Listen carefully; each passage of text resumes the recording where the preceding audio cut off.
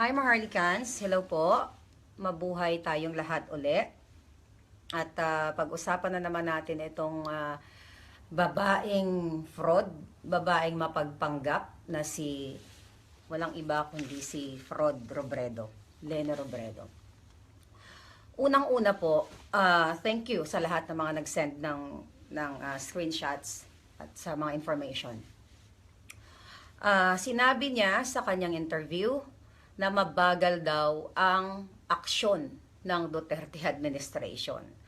Kung hindi ba naman talagang abnormal, ikaw, Lene Robredo, ang kapal ng mukha mo, wala ka na nga sa bansa, ang lakas mo pang magsabi na mabagal ang aksyon ng Pangulong Duterte o ng gobyernong Duterte. Dahil sinabi po niya sa isang interview niya na may mga barangay daw po na ang mga dumarating lang na tulong yung tulong niya galing sa kanyang opisina.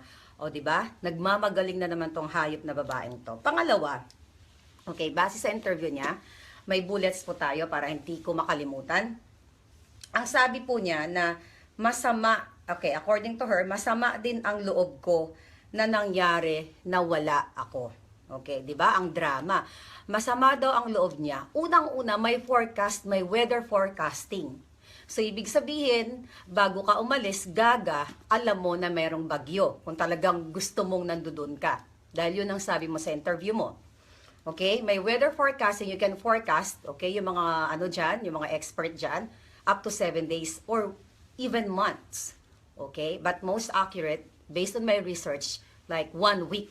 Okay? So, bago ka lumayas, okay, at nakipag-sosyalan ka sa mga traidor dito sa Amerika, alam mo na may bagyong parating.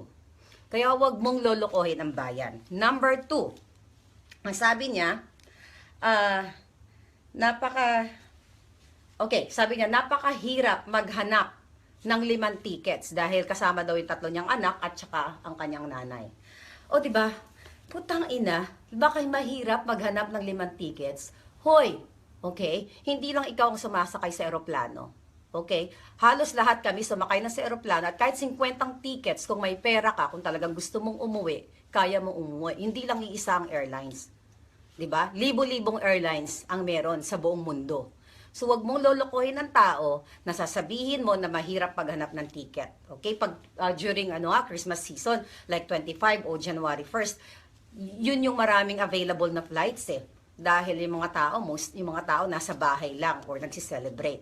Kaya wag mo kaming gagawing tanga, 'di ba? Mahirap maghanap, na masama ang loob niya dahil wala siya, pero alam niya na may forecast na magkakaroon ng bagyo. So niluloko mo ang mga Bicolano, niluloko mo ang buong sambayanan. Unang-una, fake ka naman talaga eh. Alam mo, kahit wala ka sa Pilipinas, dapat pumunta ka na lumayas ka na dahil wala ka naman talagang silbi.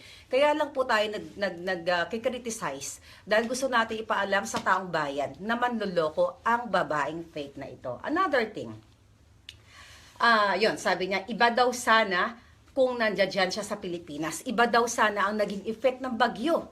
So, ibig sabihin, baka kung hindi siya umalis, baka walang bagyo. O baka iba gumanda ang Pilipinas in just couple of days. So, ito pang babaeng ito, ay tarantada talaga eh. Puro kasinungalingan, puro kadramahan ang ginagawa, puro panloloko, puro pa picture-picture. Anyway, okay, so nagko-contradict lahat ang mga sinasabi niya na 'di ba, bago siya umalis, ang sinabi niya na 1 year na raw nakaplano ang kanyang bakasyon sa kanyang reunion. Tapos sasabihin niya, mahirap maghanap ng ticket, mahirap bumalik. Sasabihin niya, masama yung loob niya, sana nandoon siya. 'Di ba? Ito'y katarantaduang kasinungaling. Ikaw ang babae ka, yung lukot-lukot mong muka, talagang punong-puno ng kasinungalingan. Sobrang nakapal ng mukha mo. Hindi ka na ba nahihiya na minumura ka na ng buong mundo, ng buong Pilipino? So ano pa ba? Yun, may mga barangay, yun nga, nabanggit ko na. Ayun, yun nga, 8 days na daw, wala pa rin tulong ang gobyernong Duterte. Anong walang tulong? Ha? Bulag ka ba? Bingi ka ba? Or gaga ka lang talaga? Na gusto mong palabasin na ikaw, galing ka pa sa Amerika, ikaw ang tumulong. Ang mga palabas mo na mga posting, okay, ng mga PR persons mo, ay mga mga palabas lamang na tumutulong kayo.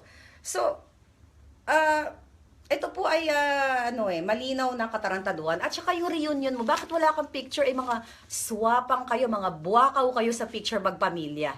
'Di ba? Gusto niyo mag-post-post. Asan ang family ang reunion ninyo? 'Di ba? Maya-maya lang konting keyboard, post kayo ng post. Again, itong babaeng ito ay nuknukan ng kasinungalingan, nuknukan ng kasalutan sa buong Pilipinas. So, i-check ko lang kung may nakalimutan ako. Okay, wala na.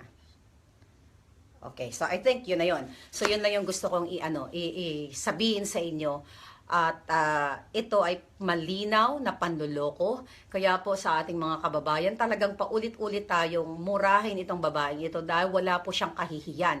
Sa lahat ng mga kababayan ko dyan sa Bicol, di ba, kahit kababayan po natin, basta salot sa lipunan, hindi dapat natin kinakampihan. Katulad ko, kababayan ko si Rojas, pero wala rin ginawa yan sa Rojas City, Capiz. Bulok pa rin ang mga beach doon, na nag-segue lang po tayo. Pero, sinasabi ko lang po sa inyo, hindi porket kababayan natin, Ilocano man yan, Bicolano, or Ilonggo, ay magpapaniwala na tayo sa katarantaduhan.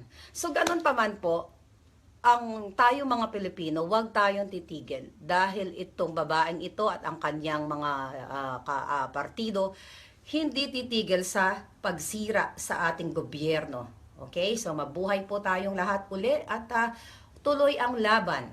Okay? Robredo, ang kapal ng mukha mo at nuknukan ka ng kasinungalingan. Isa kang bobang abogada. Hindi mo maluloko ang taong bayan.